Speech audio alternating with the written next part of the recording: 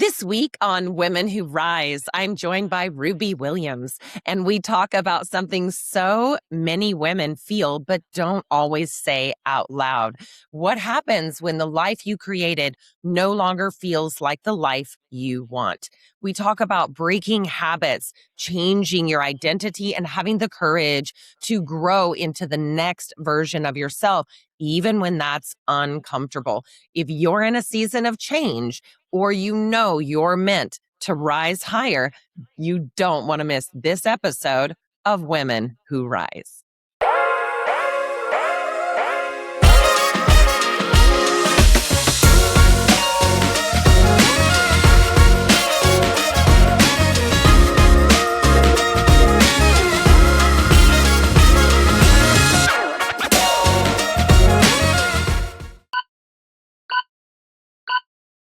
Hi, everyone, and welcome to Women Who Rise. I'm your host, Heather Mansy. Today, I'm joined by Ruby Williams, founder of Freedom Renegade Coaching, a life and habit change coach known for helping high-achieving women break patterns that keep them stuck and step into lives they truly love. After transforming her own relationship with alcohol and stress, Ruby built a coaching practice focused on mindset, identity change, and living life by design instead of by default. Through her work, she guides women to challenge old beliefs, create new standards, and rise into the next version of themselves with clarity and confidence. Welcome to Women Who Rise, Ruby. I am so honored to have you here today. Thank you so much, Heather. I am so honored to be here as well and share this message and help women who want to rise just become better versions of themselves. I love this topic so much, and thank you so much for having me. Absolutely. We are so thrilled. So let's just dive right in. My first question is around your origin of your own rise. So when you look back at the earliest version of yourself in your working life, what beliefs around success, freedom, identity, or even coping were shaping you at that time? And which of those beliefs did you eventually have to break or change in order to become the woman that you are today? Wow, such a great question. Beliefs, yes, changing beliefs and having those beliefs that really set yourself in motion into like your business life. Yeah, so I started off. I live in wine country, Sonoma County wine country, and my stepdad is a winemaker. And I thought success was working in the wine industry, and it was fun. It was a fun industry. I loved it. Um, but yet I just kept drinking more and more alcohol to cope. That's kind of, a really big part of my story. I also got divorced, was a single mom, had a lot of stress, and I just would have that. It started with that belief from childhood, which I would remember hearing my mom and dad say, I need that glass of wine after work to relax from stress, And so as my career took hold, I got busier, more stress, again, with the lifey things, running my single mom household. And I just, kept turning to wine, and it was just, it's everywhere.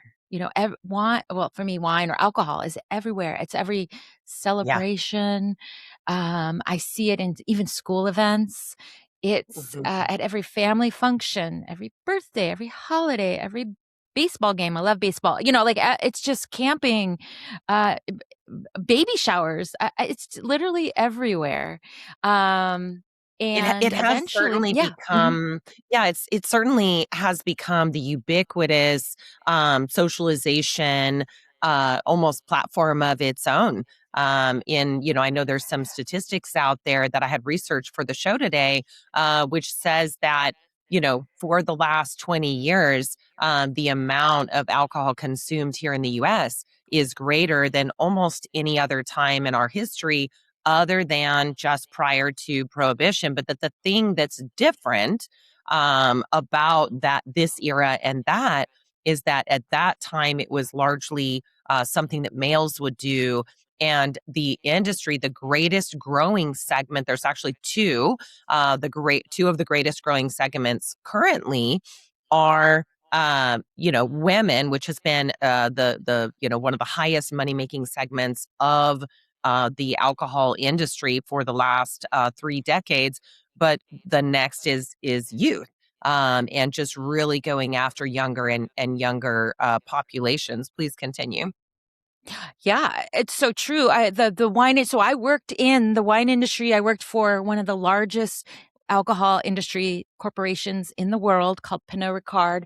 I was in charge of wine in California, very high level job. And that was part of my job, was to actually do wine marketing.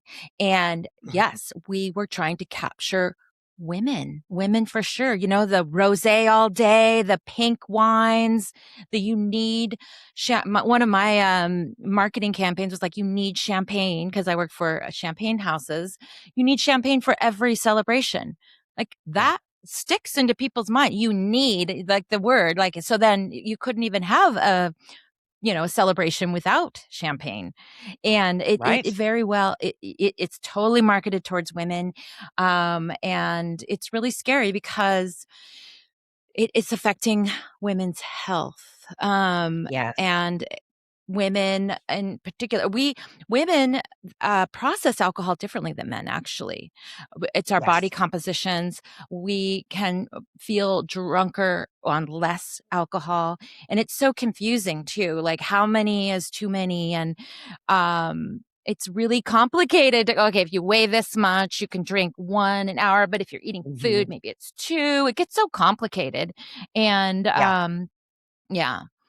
Well, and So, I have a question, and I think that's uh-huh. such a good starting point because, we're in an era as well where women are becoming, aware of and able to access so much more knowledge directly around our health, around, how the change of life works in women.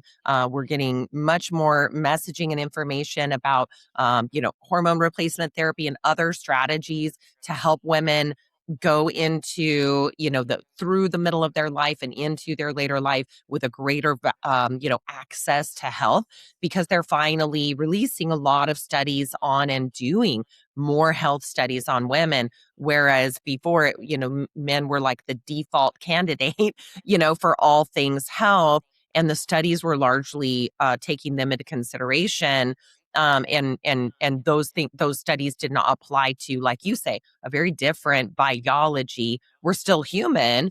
We're all human, but our biology is different. And, this is a space where I've had several guests. We're going to actually have, the Brecas on at, Sage and Gary Brecca, at some point. And so this is such an interesting space to be able to talk about, because when you talk about women who perhaps are running their household, they've got a lot of stress going on, they are the core of a household, and here we want to help them rise. So we want to help them be able to take on greater, even greater visions of or dreams of their own career. Maybe Right. they're rising in a corporate career. Maybe they're trying to establish something else. Maybe they'd like to have a business of their own. Maybe they're in real estate or anything like that. And so as they're going through their life, there are opportunities in success.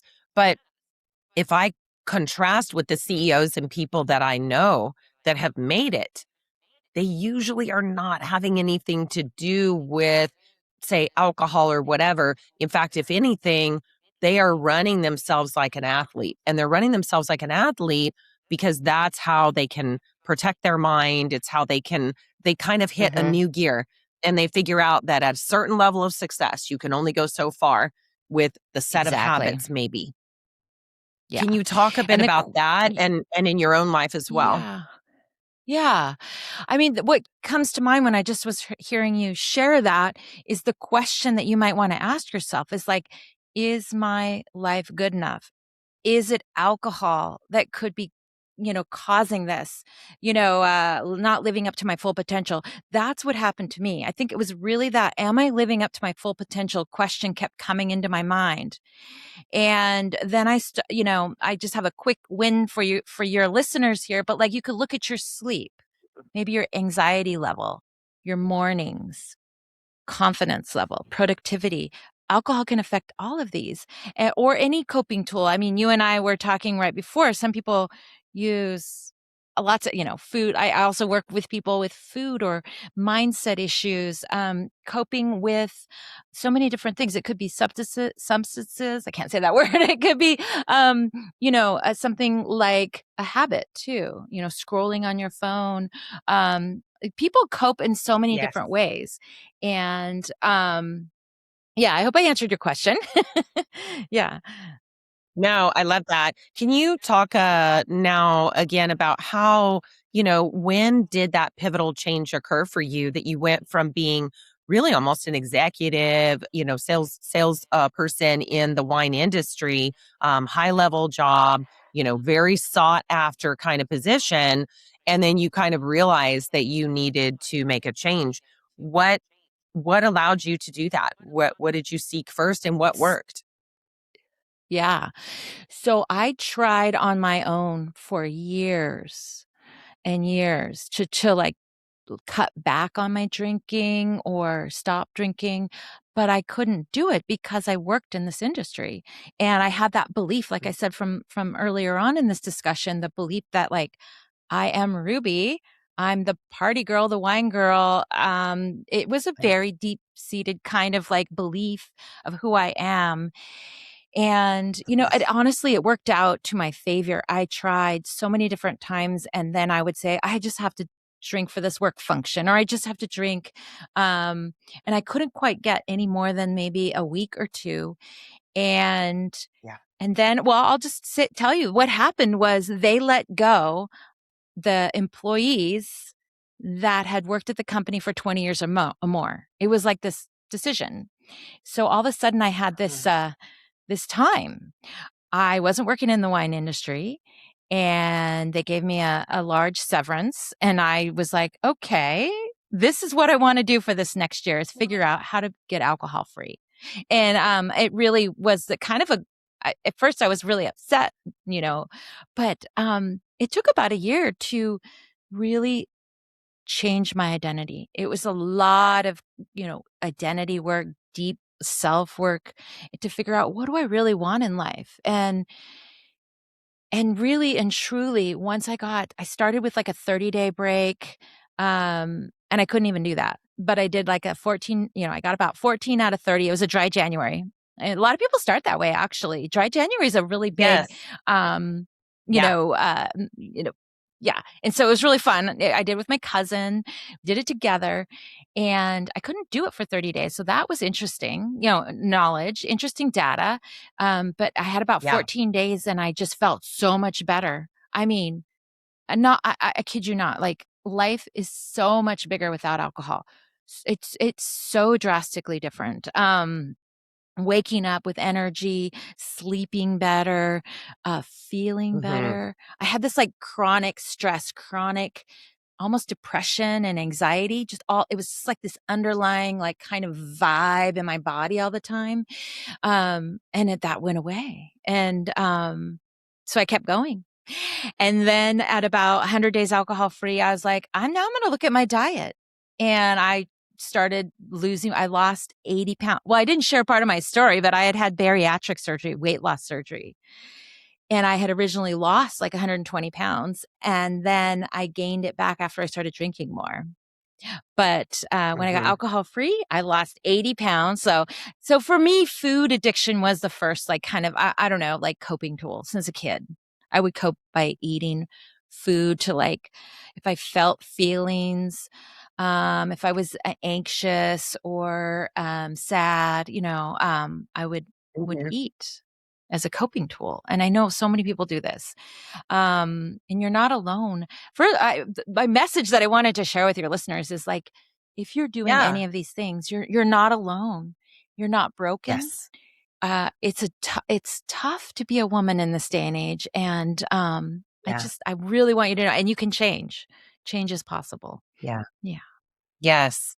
Yeah. Yes. I think so well said. And I know as a life coach, as a substance coach, I benefit from your teachings in the past. And it just working with you, I think is such a, just a breath of fresh air because you have such a heart and humility having come from your own experiences to to be able to help others. And I think that, if even one person finds themselves in this episode, then, you and I have had a great day because I we know. both have a tremendous, passion for helping others. And I think that the thing is, if you felt or experienced that sorrow or that frustration, when I think the number of really, really successful, amazing girlfriends and guy friends that I have that will express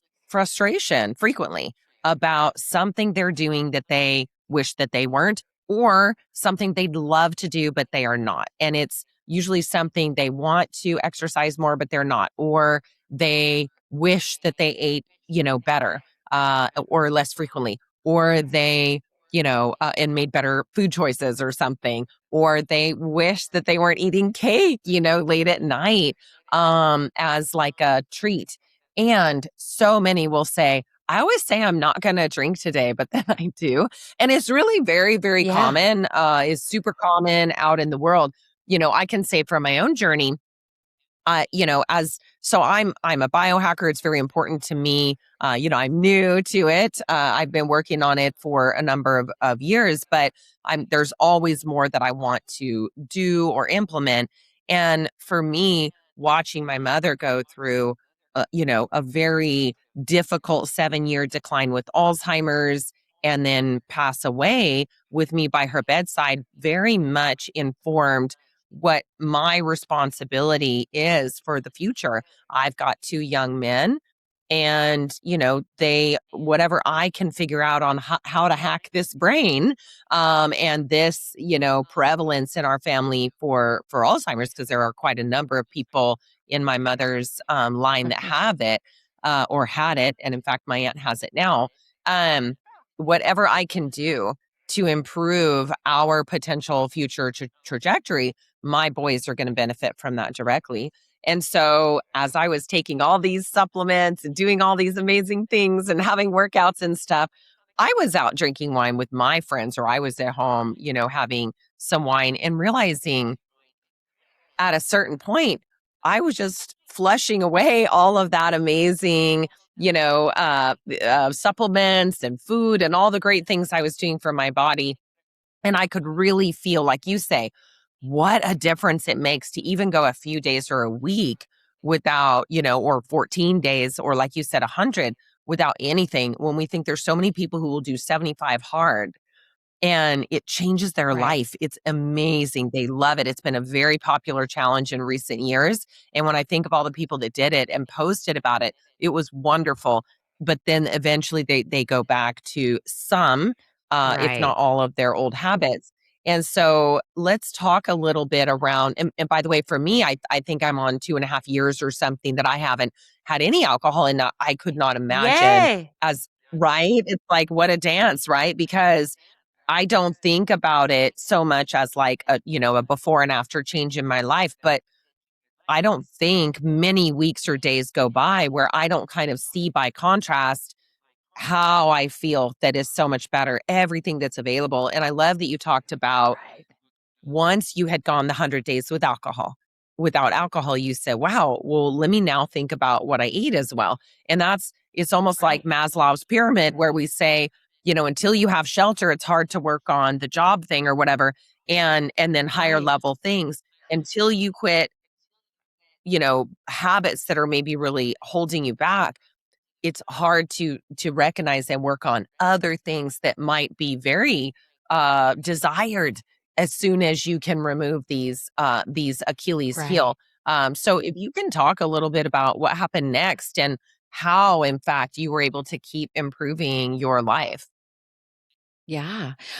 What comes to mind is again that big domino. For me, it was alcohol. And then I'm gonna do my little spirals here if you're watching, but like once you remove the alcohol, you start to sleep better, you feel better, you wake up with energy, you're more productive in the evenings, your relationships improve, which then you sleep better, you'll exercise more, you'll eat better. It's just like this renewable energy. And the opposite happens though when you're drinking or when you're using your coping tool. It's especially with alcohol, it does affect your sleep. I think sleep, to me, sleep is the most important health. I Yes. don't know, like I don't know what you found, Heather, with And but I'm a every sleep every coach also. biohacker Yeah, will say, yeah, for me, I always say sleep is my superpower. It really is. It's it the thing is. that allows me to get up the next day smarter, more emotionally well adjusted, and Yep. somehow being able to just solve all my problems. I now trust it so much that even if my brain is spinning and I just don't know what to do about certain problems and I'm really stressed, I'm like a toddler. I go, you know what? I need a nap. And I'll just put Yeah, myself yeah. in bed because I've learned that if I sleep well, my brain will figure it all out by the next morning. And I can trust that amazing wisdom will come directly from me. And I'll sit there with a pen and a cup Yeah. of tea and a notebook the next morning. And then I'll ask myself, okay, how am I going to deal with this problem? Oh my gosh, it's amazing what comes out just because I It's slept. amazing. Yeah. Yeah.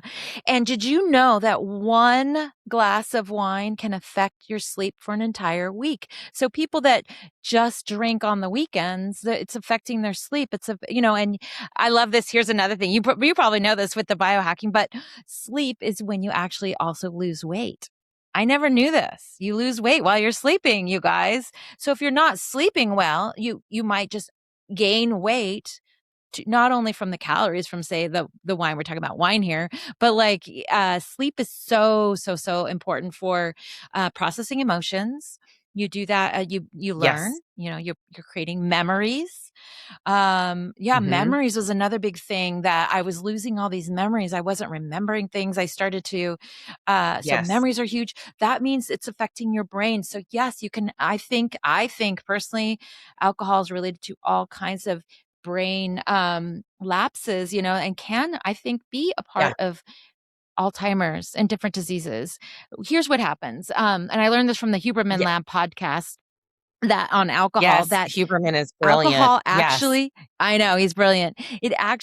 Alcohol goes through the cell level in all of your cells. So it really can Yeah. it affects everything, every part of your body, your organs, your brain, your emotions, your hydration levels. So yeah, I have all kinds of knowledge, but yeah, but Yeah, speaking and I about think to your point, mhm, and because mhm, I do study about this as well. I think to your point, and of course, we did some more research for the show, but basically, your REM sleep is what is allowing for those memories to get locked in, and your deep mhm, sleep phases for anyone who has an aura ring or a whoop or whatever.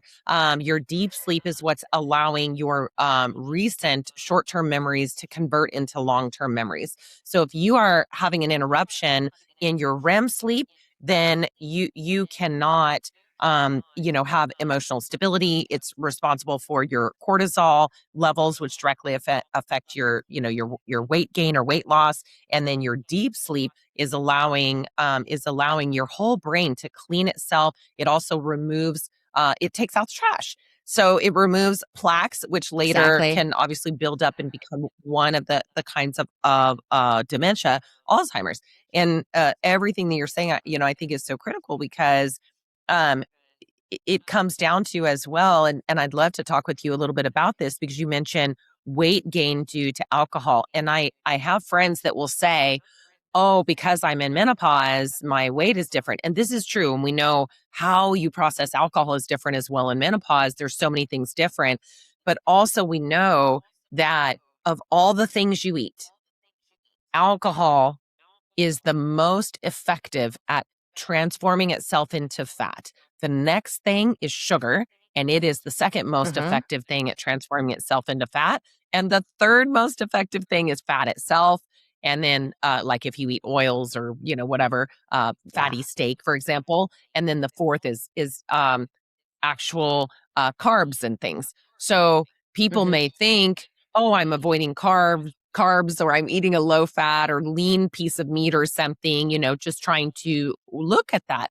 But they're not aware that alcohol, calorie for calorie, will become fat stored in your body faster, more efficiently, and with more of the calories taken in, Mhm. converted into fat and faster than anything else you can eat. It is a fat creating substance. Super easy. I know. Not only was I drinking the wine, which has the calories and creating the fat, but then my inhibitions would be down and I might be on this whole 30 diet, add a bottle of wine to that, and then I'm going to eat things that I didn't want to eat because I just said, F it. I'm going to just eat whatever. When I drank, I was the type of person that would eat more. But Mhm. what's so interesting, and you said this earlier with the vitamins and, supplements, your body processes alcohol first because it's basically a toxin. It's saying, Mm. okay, you've eaten really good vegetables or, foods, nutritious foods and supplements, but it's going to not process that. It's going to process the alcohol first. And then the alcohol creates acetaldehyde, which is even a bigger toxin. And then it's got to process that. So it's this multiple step, yeah, process in our body. So a lot of people that are drinking alcohol are actually malnutrition because their bodies are not able to, Mhm. as process the To nutrients get the and macros vitamins and the and minerals micros. that we Yeah, and all the exactly. nutrients. Yes. Yeah.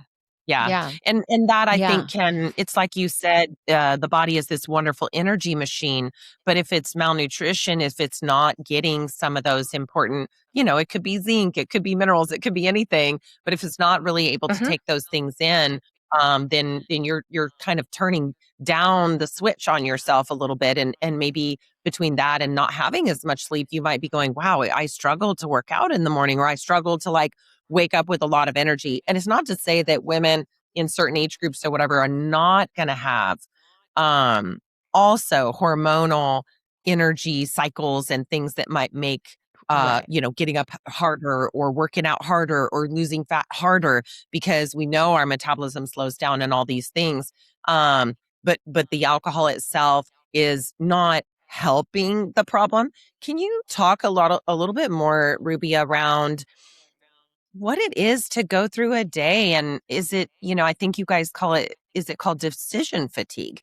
That Yeah. what is it that someone can wake up with the best intentions, and then Yeah. somehow the end of the day comes and it's not working? Why is that happening? Or why is it that someone may go,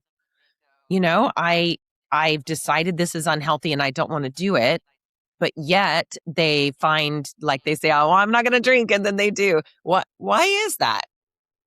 Yeah, such a good question. Well, the thing is like willpower doesn't last. So if the most probably willpower, like if we think about it like a tank of gas, you've slept, even if you slept poorly, you slept, you wake up, you have that, like, for me, I was always like, "Oh my god, I did it again." That would be like how did I wasn't gonna drink, I did it again, so it was like this Groundhog's Yes. Day, right? So you wake up and I would, like, vow, "I'm not gonna drink today," and I might even throw away a bottle of wine or, like, dump it out. And then you go through your day, especially if you're, in a corporate job or an entrepreneur, if you have a lot of stress, Yes. and you're you're High you're stress. working, so you're making decisions. Every little thing is a decision. Decisions at work, decision what you're going to wear, decisions around what you're going to eat for lunch, like all of these decisions, and we call it decision making fatigue. Eventually, you're just Mm. worn out by the end of the day. And then if you have a belief, like that's a really big belief that alcohol relaxes me or alcohol is going to relieve that stress, or whatever it is that's your coping tool, then you're going to do it. And you're going to just say, oh, I'll stop tomorrow. Like, then I'll be like, okay, I'll just stop tomorrow. And you get that instant relief. But for me, one glass, I would say my belief was, I'll just have one glass. I need one glass to relieve the Yeah. stress. They never just drank me personally. I never just drank one glass. I would drink until the bottle was empty, because I'd have a glass cooking dinner, a glass with dinner, and then the rest of the bottle watching TV. And then the next thing I know, I wake up and I did it again. That's what it's like, Yes. this like Groundhog Groundhog's Day. Day. Yeah. Yeah, and there's something super fascinating that you just said, and I wanna highlight that for our listeners, which is if I had the belief that alcohol would de-stress me. And I'm sure for the Mhm. vast majority of the audience, they're probably going, "Well, but it does, right? That's what it does." But we know now the science on this is in. And in fact, the brain will raise our, anxiety directly following that glass. So it's a belief system. Can you talk a little bit Mhm. about that? Yeah. So there's all kinds of beliefs. There's like common ones that I see all the time, that alcohol helps me sleep, or alcohol Yes. helps me with stress. Alcohol helps me with social situations. A lot of people drink. Yes. Alcohol's The fun. social There's lubricant. there's so many. Yes. Yeah, there's so many beliefs, and what a belief is. It's like if you've had these thoughts multiple times, eventually it like creates a belief. And what I do as a coach is I take the beliefs, or maybe what jobs you're giving alcohol, and we talk about it in different ways. But I take it through this technique that I learned, and it's really effective to kind of detangle these beliefs. And if they're enmeshed with, maybe you every day you sit outside on your deck with your husband with a glass of wine to look at a sunset, Yes. and all of that is intertwined, and so we start to like pull it apart.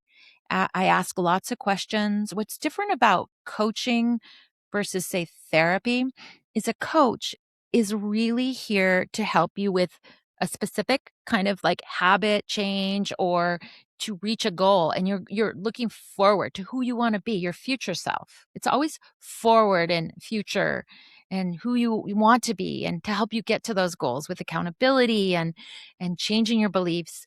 Therapy is totally needed and wonderful, but it's a little more about diagnosing and looking at your past and kind of untangling your past. Okay.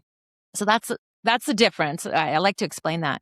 And coaches, it's amazing. Like, it's amazing. I even have a coach. Coaches have coaches because it's so powerful Oh, to, I've had so yeah. many. Yeah. It's I love that, and people will go, coaching now, I really love the fact that coaching, I think, has become this more and more mainstream concept in the culture, and that it can be applied to so many things in life. And, but before, I would say it was more the, higher level business people, or the Olympians, or the AAA ball players, or whatever, because they understood, if you want to be a gold medal gymnastics person, you're going to need a coach, and you're probably going to have one from an early age on up until right the minute of that competition.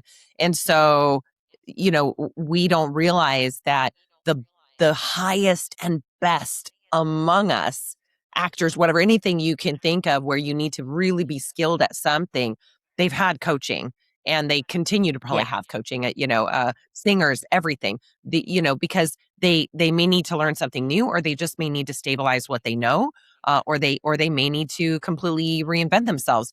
And so now, with this idea of like life coaching, or for example, success, or sobriety coaching, or any of that, I really love the distinction you just made about the fact that it is forward thinking. It's about, I am here and I want to get there. Can you help me with Uh-huh. that? And so I Uh-huh. have an important question that I wanted to ask you, because I'm really aware of where so many people are at. When you said what job you're giving alcohol, I absolutely, as I was watching my mother go through Alzheimer's, I was giving it the job of, grief therapist or something, and I did not realize actually the dangers of doing that at the time. Um, because in fact, I was not processing grief. If I was drinking alcohol, I was exactly escaping that Exactly. grief. And escapism and processing are not the same thing. And grief can actually build if you're escaping as opposed to processing. Um, so two-part question for you. How can we, are we safe to process emotions without some sort of ice? And then the other thing is, what would you say to a listener today that is feeling bereft or that is, feeling like they are not where they want to be and that they've got a vice or two that is maybe in, their Achilles heel and are frustrated because they've tried to do something. What hope can you give them? Ooh, hope. Hope is my superpower. I love hope. But to answer the first, so processing emotions is a big part of the job, is a big part of my job as a coach. So when I work with people, I mentioned the mindset piece, the changing the beliefs, the reframing some of your thoughts and emotions. There's so many like negative thoughts. So there's just a thought piece, right? Thoughts also inform the emotions and the feelings. So I see this as like a triangle. We've got thoughts, and then we've got the feelings and emotions and the behavior. And so, if you are not processing your emotions, so again, when we talked about sleep, if you're drinking alcohol, for example, you're not processing your emotions during that REM sleep cycle. You're just Yes. shoving it down, especially with grief. I mean, so many people, I call these like accelerator events.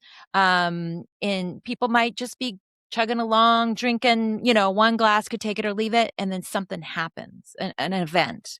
Not everybody experiences this, but maybe, yeah, a mother, is now has Alzheimer's, or a death or a divorce, or something just happens in your life, and you cope because you're already coping with alcohol. Then you give it an emotion when it involves emotions is really where Yes.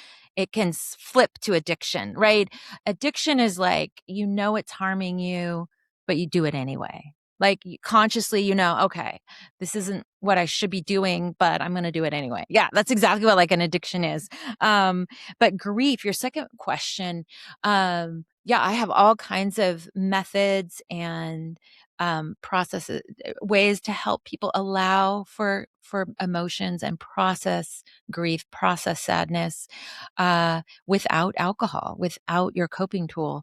Um, I love to do a deep dive with people and figure out, every single one of my one-on-one clients, it's private. It's like, it's customized so that, whatever you need, I can help find, and by asking lots of questions, and I've been there. Um, it's an emotional process. A lot of my client, they might have a cry on calls. A lot of people cry on calls, and they're Yes. processing in real time with me, and I can just hold the space and know that you're not Yes. alone. I think that's the biggest thing, is like, you're Yeah. not alone. Yeah. Yeah. I love that. And what, I can just say from because I did life coaching with you as well. And it was just phenomenal, being able to get either belief systems or difficult thoughts or something out and being able to create a new set of beliefs. And I think that's, one of the things that I want to talk about as well. And that I'm excited to talk about today is okay, so if you are not if you're able to remove a barrier to your success, to your future, maybe it's eating a certain thing or having some certain behavior or having alcohol or whatever it is, because I know you are a multifaceted coach. Uh-huh. You can treat for so many things and help for so many things.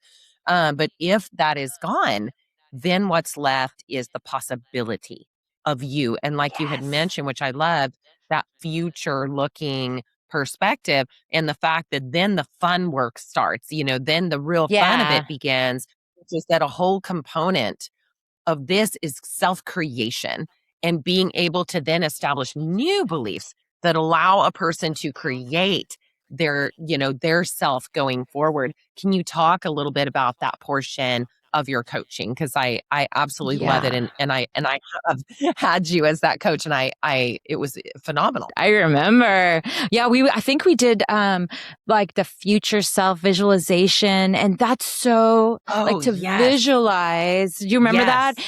I love doing that. Yes. So if you can visualize your future self, you can change behaviors and patterns in your present self. But the present person is the one that has to do the work. And it's so interesting because, like I said in my story, like I'll just do it tomorrow. I'll just do it tomorrow. But when we can really tap into the future self and see her as a, this real, you can move into it, with emotions. I have really great workshops, questions that I ask people to get them to tap into who they really want to be.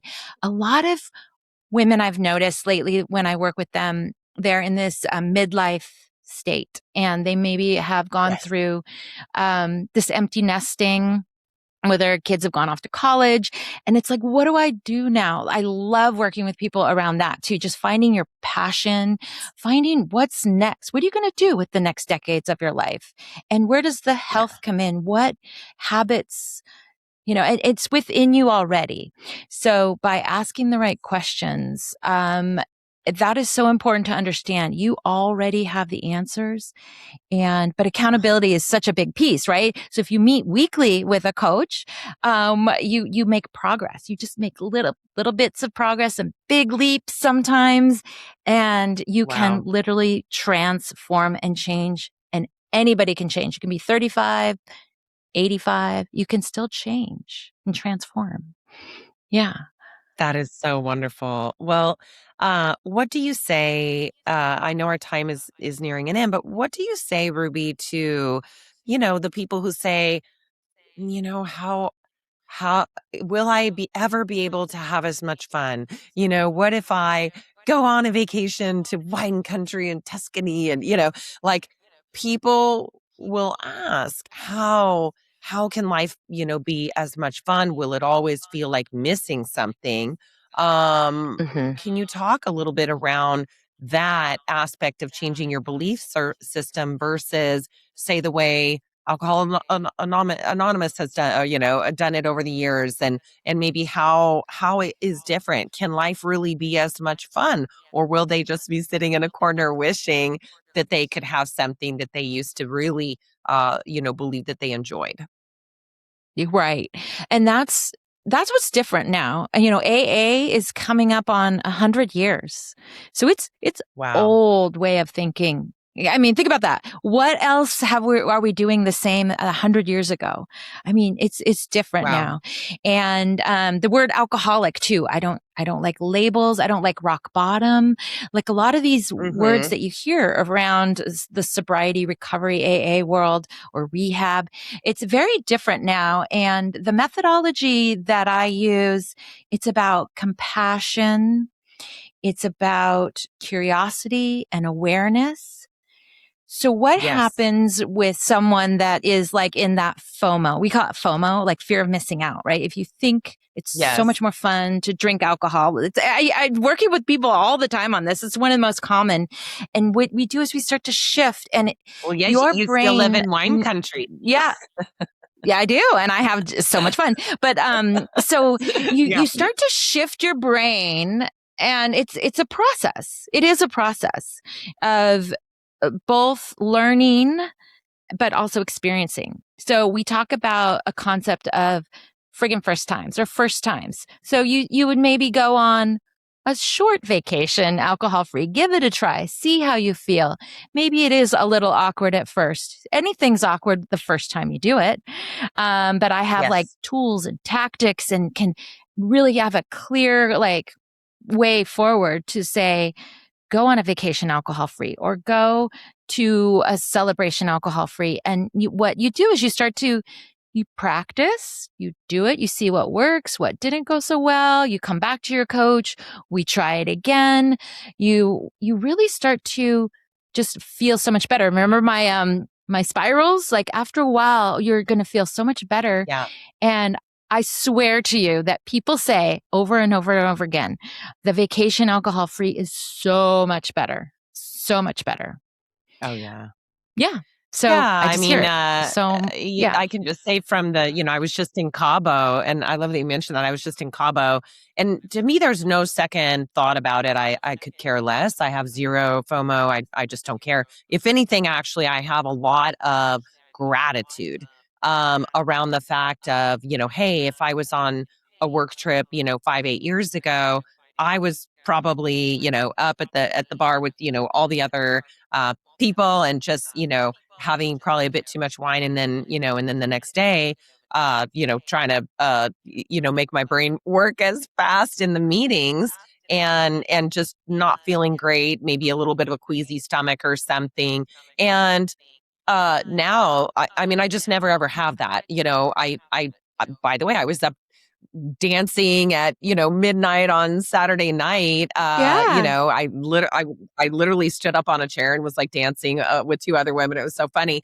And the thing is, I chose every one of those actions. I remember it fully.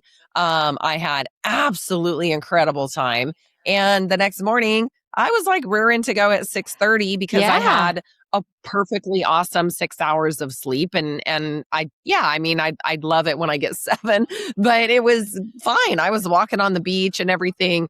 And I saw my friends later in a coffee shop, and they were a little bit worse for wear. And I just felt gratitude. I feel like lucky or something, but I want everyone to Mhm. be able to have this experience, and to have it be, something that they don't feel bad about. And I know that you teach moderation as well, which I think is amazing, because a person doesn't need to be fully alcohol free. And I mean, that's a choice. But when it comes down to reprogramming your mind, your mindset, your belief system, I know that you can teach people as well just how to moderate. Maybe how to Yeah. give alcohol less jobs and things like that in their mind. So Yeah. one of the things I wanted to ask you just towards the end, and I'd love you to speak on what I just said as well. How, if a person goes, wow, I love this Ruby lady, I want to work with her, what do they do? How will they be able to reach you? So I'll let you speak on what I just said, and then maybe let us know how they can learn from Ruby. Yeah. Oh, I would love to work with you. It all starts with having what I call a clarity call. It's a call on Hmm. Zoom, and we meet and we chat, and I can totally hear your story and see if we'd be a good fit to work together and help you get to your goals. And that's usually where I start. I'm offering a free little giveaway. It's called Get Ready, to say yes to yourself. It's a little private podcast I put together for your listeners.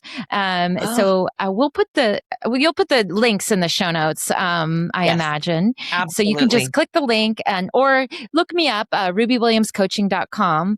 But I wanted to about what you just mentioned, because what you mentioned was the JOMO, Yeah. right? We went from FOMO to JOMO, the joy of missing out. You just feel lucky. And, it's like, picture this. You I wake love up, that just like you term. said, you wake up in the morning, JOMO, the joy of missing out. You're missing out on alcohol, but you have so Yeah. much gratitude because you woke up and you walk on the beach and you have so much more energy. So, yes, I help people get to that JOMO, living a life that they truly love, that they truly don't want to escape from. Yeah, And yeah. absolutely. Well, I just want to say what an incredible honor it has been to have you on here. I know how valuable your time is. I know how you've changed lives. I know other people that were able to benefit from your coaching, and you're one of the top people in their lives that allowed them to live and experience and have the goals they have and the life that they have. Because in the end, you don't need to do it alone. Like you said, you're not alone, number Yeah. one. And you also don't need to do this alone. You do not need to process grief alone. You do not need to try to figure out how to cope with emotions or stress alone. You do not need to try to figure out, how to become healthier or create newer habits when you keep finding yourself repeating the same behaviors, no matter what they are. We talked a lot about, alcohol and other types of things on this podcast, but you absolutely are a coach that can help people unlearn one thing and learn another one at the very deepest subconscious level. Absolutely. And that's really the trick, isn't it? It's it's consciously we may have all the best intentions, but as long as your subconscious is thinking its own program, it's like a programmed robot that just won't stop. And if you cannot unlearn that software or that programming, you will find yourself rather frustrated. And it's not about willpower, it's just about reprogramming that mindset. And it is pure magic. So for me, I'm biohacking. I love biohacking the body, figuring out how to be as healthy as I can be, and perform at a high level. But man, you help people hack the brain and that subconscious world. And what you do, Ruby, is pure magic. You are such an incredibly amazing human being. Your soul and kindness for helping people, your humility, I just cannot say it enough. I absolutely adore you. You are a phenomenal woman. And I want to say thank you so much for joining us today on Women Who Rise. Thank you so much for having me. And I feel the love. Thank you so much. I just love all my clients, and it's wonderful. Thank you, Heather, for everything. You're so welcome. Thank you so much, Ruby.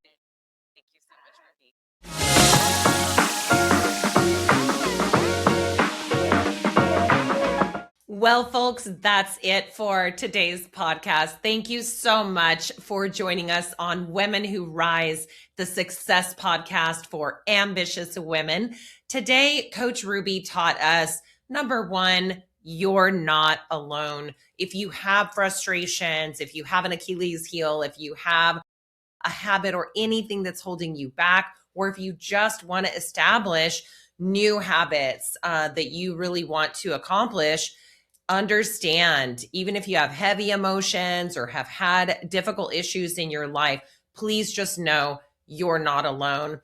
Ruby and other coaches are out there to hold your hand as you go through difficult changes in life, difficult moments, be able to cope and deal with stressors without having to utilize things that are going to harm you or your dreams or your goals or your health.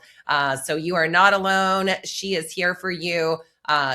Literally some of the top CEOs I've ever known or met, people who are absolutely at the top of their game, they are guiding and guarding their health, and they're utilizing coaching to get there. And sometimes it's just one session that can make a massive, massive breakthrough and difference in your life. Number two, coaching is forward thinking. So life coaching is, as Ruby mentioned, forward thinking. It's different than therapy, which is mainly looking at the past and diagnosing conditions and things like that. Coaching, it's her particular style of coaching is forward thinking. It's about designing your life and your future to be the way that you envision. And in fact, even helping you to create and have a new vision for yourself. So as a life coach and as someone who helps people also overcome things that are difficult, ways that are of coping, such as food addictions or use of alcohol or other things like that are causing someone to not be able to be their best self. This is exactly what it's dealing with. And then number three, health is wealth. Your single greatest boost you can ever give your future is a stronger, healthier, more resilient you. And that's it. It's you. You are the center of your life. And what you can do to formulate and have the life that you need and want today is to guard your health and recognize that these are superpowers. And like I often say, and Ruby had mentioned as well, your sleep is such a massive component about that.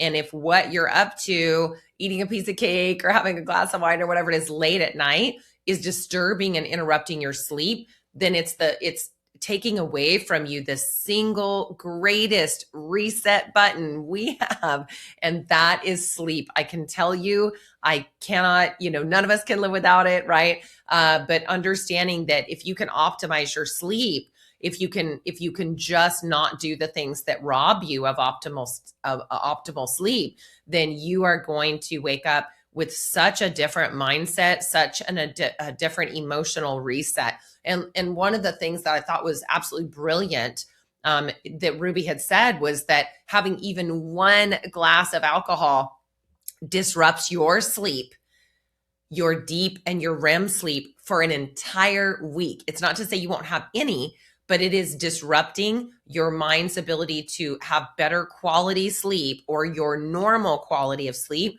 for an entire week. So if going out on the weekends is important to you, you might want to think about having a mocktail instead of a cocktail, because your sleep for a whole week is going to be changed by just one cocktail. So, and then the fourth thing that she shared is that willpower is about overcoming subconscious programming. Okay. Coaching is about ending, deprogramming that programming and putting in new information in its place. So programming is just the background, always is mindset that your subconscious has established through growing up in America or wherever and having whatever cultural surroundings and whatever impressions of life that you have. That's just your subconscious programming. And so it gets developed, from age 3 on. And so just being able to take that subconscious programming and put something new in its place, it means that you don't need to use brute force kind of willpower to overcome something anymore, because you've simply changed your belief system around that thing. And in Ruby's case, she changed her belief system around alcohol, growing up in wine country. And she changed her belief system around the therapeutic use of food, right? So she had it in her mind that food is the thing that would help her deal with stress or negative emotions. And so she had to deal with that. And it was not allowing her to live her best life. And growing up in wine country, like she says, it was revered, it was this very special thing. She was a very high level wine salesperson, executive.